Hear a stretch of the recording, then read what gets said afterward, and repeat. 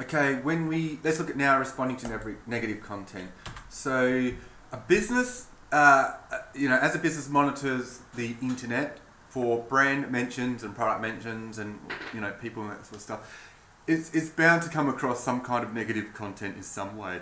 So the way that we will respond to these types of comments is going to depend really on the location or the sites where these things are posted, because that's going to affect the tone of what it is, the people that are likely reading it, and the whole context in which that comment is being pasted. So let's have a look at that. So first of all, we've got online review sites.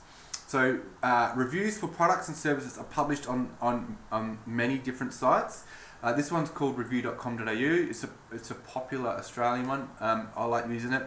Another one is Choice, which is also very popular, and things like Yelp, which is more international.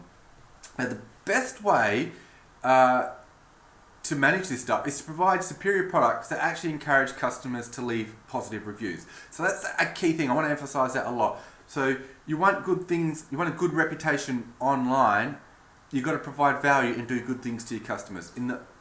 Now, if you're doing that, it's going to be most of the work for you. There will still be some cases where things don't always go the way or customer expectations aren't met. So that's going to impact. So we'll look at how we're dealing with that. Now, avoid being, so on these online reviews, and this is in general too, so avoid being defensive. So someone goes, I went there and, just say McDonald's, right? Went to McDonald's and I didn't get a very good burger. And then you respond to that, you go, no, hang on, because when you do that, straight away it makes you look like something's wrong, and there's something to defend. So and it's combative. It's a negative impression. So you're attacking me, I'm defending myself. There's already a conflict going on, right? And that's going to exacerbate online. So avoid also downplaying the customer's experience. It's like, you're just in a grumpy mood or blah blah. Like be belittling to them, or like it doesn't really matter to your business. That's also bad. Your customers are valuable to you, right? And it's not just that customer as well. It's the other people that identify. So if my friend goes to McDonald's and gets a bad experience there, it's not just my friend, but it's also their friends that they tell as well. So if you go, wasn't that bad, then your friend groups, you're going to tell them, and then it's going to sort of spread that way as well. They try to understand the situation. When we teach services marketing, we talk about the problem of service interactions and how they are constantly different from each other. And that's just natural the way that business works. So like if you're making a product, just say a Galaxy phone, every phone that comes off the factory is going to be exactly the same and performed within high tolerance of standards, right? So when we do service, you've got different people offering different things to different customers. So the variability in the quality is going to change a lot. So you need to understand the situation. What happened that led to this service failure? And then take responsibility where applicable. Sometimes things just go wrong. And a customer complaining is not necessarily a bad thing. You could just go, look, we weren't aware of that. Thank you very much. Now that we know about it, we can do something to address it. So you've taken responsibility, like that's our fault, or yes, that shouldn't be like that, we're going to fix it. Point out what's been done to resolve it, so the manager's been notified, blah, blah, blah. Because people want to, in our minds, the way that we process this stuff, and there's a whole theory about this, natural justice theory, part of that is procedural justice, but also outcome justice. So I want to know that people have been treated fairly in the process. In that process, the people that have been, when something's gone wrong, that the person that's trying to fix it actually doing something about it. Because if you go, all right, thanks for letting us know, but that doesn't give closure to the people. Like now, but what are you going to do about it? So point out what's getting done to resolve it, and then responding in this way lets the customers know that the business actually cares about its customers. And that's a super important point, because you can get a little bit cocky and go, it's just one customer. That wasn't a very good customer anyway. And we talk about customer value segmentation, how some customers are much more valuable than others. You go, that's not a very valuable customer, so I don't really care about your experience or your complaint or whatever, you're just being facetious. So it can be dismissive, but if you go, well, respond in a positive way, it's like, well, yes, something has gone wrong, and we actually do care about our customers. Even though you might not be the most valuable customer, we do care about you, to a certain point. All right. Now there's this other thing called scam reporting sites. There's quite a few websites that do this, and it allows customers to report sites or businesses that they think are scamming them or they have been scammed. Right. Now, if you are mentioned in one of these sites, first of all, I'd be very, this would be a key issue to resolve. So if one of your customers or someone that's been interacting with your business thinks that you're scamming people, you need to address that, right? So if it's a scamming site, you can leave a short response if possible. So some of these sites allow businesses to respond to these reports of scamming, and others don't. It's just users. They don't allow businesses to interact with that at all. Now, respond once in a professional manner, because if you got an online conversation going, like they say you're a scammer, you're like, no, we're not, blah blah blah, we're a good business. They go, no, you scam me in this way, and then you get a continual conversation going backwards and forwards. That kind of engagement is going to increase the ranking for that web page in search engine optimization. So it's going to lift it up in the rankings, which is what you don't want. Because if someone's reporting your business as a scamming one, you want it to kind of be, at the back of the internet somewhere where no one ever looks. Do not mention your brand name, because then when people search for your brand name, that's going to get some kind of ranking in there, or your specific products. As this, you're optimizing, you're basically doing search engine optimization for negative search results, right? And you don't want to be doing that. All right. Another way is online forums. Now this is comes in two ways, right? So we're talking about negative content at the moment. We're going to talk about positive content coming on, but this can be negative content that comes about in a really positive way. So consumers often like to use these online forums like Reddit or Whirlpool. Now, this is a very Australian one, and it's a bit techy. Like, it does a lot of it you've got ones here like computers, technology, and internet service providers, but it's very popular. And responding to these posts requires businesses to have its own account. So someone says something nasty about my business, I can't just go on there anonymously and post. You need to log in as your business name to respond to that business complaint. Now, actively participating in industry forums can be a very good way for organisations to build credibility. And you're able to gain some genuine feedback and improvement suggestions from products. Now, this legit happened. So if you're let's use an example here of an internet service provider. So to the point where if you're an internet service provider, you're providing new and innovative products to the market, like specific products within your ISP.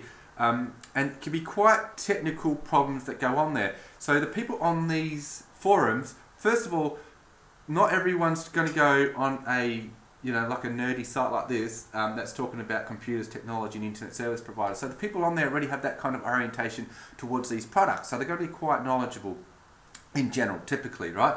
Now, if something does go wrong and someone has a complaint, they're going to post it on there. They're like, I'm with this service provider and this went wrong and these reasons on there.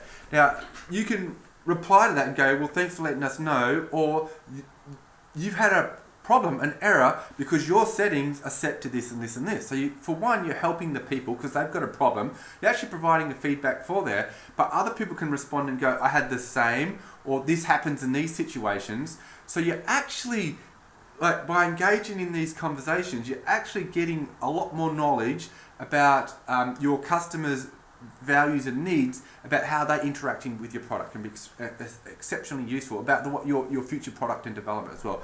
Now, to bear in mind, not all comments are worth replying to. Someone could just have a bad day, come home, grumpy, and reply, just nasty comments online.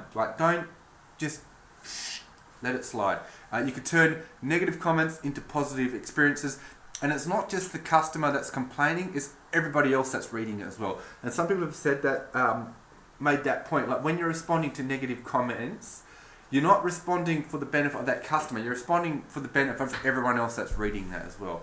Now, you can also have specific activist organisations that are formed with the sole purpose of opposing specific businesses or projects.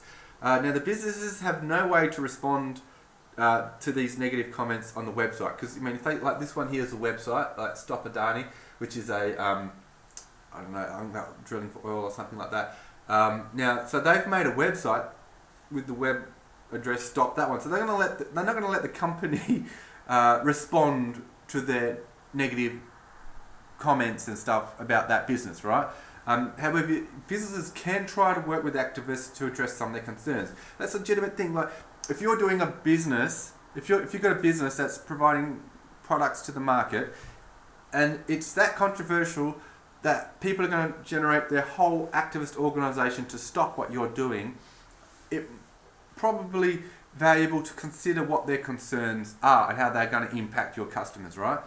Sometimes it might not be worth it. Like, I think the Meat Products Australia, they had a vegan group get all offended and start an activist organisation, to stop selling meat in Australia. But if you are selling beef and lamb and stuff like that, you might not care too much about what the vegans say, because they're not going to be buying meat anyway. And a lot of people are going to be, well, of course vegans are opposed to people selling meat because their whole lifestyle is built around the values of not doing that. But then consumers can sort of make their own point. However, if you do want to work with them, and that does happen, like Egg Farms is one of those ones. There used to be a lot of protests about, chooks, what are they called? Chickens, people that lay, like the animals that lay eggs. We call them chooks in Australia. When they lay eggs, it was like, that's not very nice. And a whole new market grew out of that, like free range eggs. So you can respond to their concerns and then actually fill new market needs in doing that as well. It's important for business to share their side of the story and the benefits. So if you do have special interest groups, remember they're called specialist interest groups for a reason, because they have special interests, right? So if they're actively opposing your organisation, it's important to show your side of the story too. If you wouldn't be doing it if there weren't people benefiting from it. So show that, all right? Because sometimes, as customers, they're not going to do their own research. They expect to be informed by it. And activist organisations are putting the effort in to inform them, so we should be doing that too. And share your side of the story and how what you're doing benefits society. All right. In social media sites, choosing what conversations to engage with is a key decision. Can't do everything. I was looking at the ANZ, the bank, social media, just sort of see what's going on and how they're applying these theories. And I was surprised they just pick a few comments to reply to and just leave the rest. I've been involved in other large international organisations where we'll do things and just get flooded with social media comments, and you can't reply to all of them. Usually you pick the comments that are going to have the most impact. So if you've got one comment with no one liking it, then it's not worth it. But if you've got a top comment where most people have liked that might be the one you want to respond to. And it's going to be a call. It's hard to say exactly which ones. It's going to really depend on the context and the nature of your business. Some businesses just delete negative comments off their own social media. So they go, we'll have no negative, and a lot of politicians say this as well. So I know, because I've seen it happen. You have a negative comment in there left on on the weekend, and then on Monday morning they're all deleted because they're like, well, if we don't have to if we could just delete the negative comments, we don't have to respond to them, right? Conversation on other pages, obviously, you can't delete, and these could be heavily prejudiced against the business. So if you are going to an interest group, like just say if you're going to a Facebook page that has an interest in a certain area, those people, like that community, might already have a negative prejudice against your business. So just engaging with these people is just going to inflame that, encourage it, right? So you gotta make the judgment there. However, you can try to make direct contact to resolve these issues, where they say take offline. I'm going to talk a bit about that more later on. A lot of big businesses love doing that for social media. Someone posts a complaint and they go, let's take this offline. It's like, we don't want everyone to read what your problem is, so we'll just take it offline. Blogs. Responding to negative comments on blogs can be challenging and emotional. Stay calm and professional. Acknowledge the comment. Thank you for your comment. We acknowledge that you've done this, blah, blah, blah. It makes people feel validated. Address the issue. So don't address the side issues. Try to address the underlying issue. And often what people say is driven by the way that they feel about that, and what's actually motivated them to post this content might not be the reason that they're saying. So try and work out what the underlying issues are as well. Provide context. So you go, yes, sure, you had this problem, but having said that, you came in this way and you were yelling and screaming at our staff. So, give the rest of the context. Keep it brief. You don't want to be going on and on and on and on about a problem, and know when to take it offline. Boom, right, done. Like if you want to address this further, send us an email, contact us or whatnot. Alright, now, emergency responses. So when businesses receive sudden negative publicity, it needs to be responded with urgency. I've got an example here of Taco Bell, which is an American company, but this came from the textbook. And it appears to show an employee licking taco shells. Now, if you're in America and you go to this place and eat food there, the last thing you want to see is some teenager licking the taco shells. It's just disgusting, right? So when photos, I've got a typo in there. So when photos go viral, it's impossible to take them offline because everyone's sharing it, right? And every time you share it, you just can't do it. So you need to follow the 3 T's of emergency response. First one is timeliness. So be prompt. That's what's called emergency response. Transparency. Show what you're doing. Like if you try and hide something, people are going to sniff it out and go, no, it doesn't smell right here. And then if you're not transparent and people can sense that, then it's just going to make the situation so much worse. And then training. You can't expect your staff to be experts in emergency response to these viral problems if you haven't trained them to do so. And customer service training is a key thing. If you're doing service, a service business or you know, for pretty much all the stuff that you have staff dealing with customer service, like interacting with customers, you should be spending a lot of money and effort and time and resources on training because it's going to impact the value of what you provide to your to the market. Take it offline. My favourite. If negative things are said online about a business, it might be effective to take it offline. Respond publicly to the comment, ask them to direct that message, or it's got massage, I've got so many typos here, the message or email. This can be seen as disingenuous by users. It really does. Like, someone has a legitimate complaint and the big company is just like, alright, take it offline, because they don't want it they don't want to deal with it. Like, it can be done really badly, that's what I'm trying to say. So some businesses create social media profiles, especially for dealing with online complaints, where it's like a website might be, if you've got concerns, go to this our brand name with feedback or whatnot. All right, so that way you're acknowledging that these things do happen, and there's a channel for people to be able to interact with that. All right, research shows that when service businesses start responding, they receive fewer negative reviews.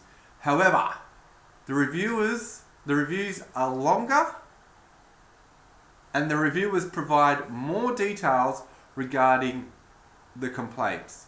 So this sort of leads researchers to understand that unsatisfied customers are less likely to post short and indefensible reviews, which makes sense. So think about it. If you have a complaint, something goes wrong, and you go, oh, I'm going to go on their Facebook page and complain. You go onto their Facebook page, and you can see that when other people have complained, that the business has responded to that and provided revenues for adjusting and stuff like that, or provided context and all these things. When you post, you can go, well, if they respond to it, they're going to respond to my comment. So you go, well, you know what, I just don't even want to deal with it then, right? So that could be good and bad in multiple ways, because usually we want people who have negative experiences, you want that feedback so you can improve your business, right? But as a customer, you go, well, they're going to respond to my negative feedback, so I'm going to try and justify it as much as possible. And in justifying that, I'm going to provide more evidence and I'm going to provide more detail to justify me posting that. Alright, so that's it. Now we're going to look at posting positive content.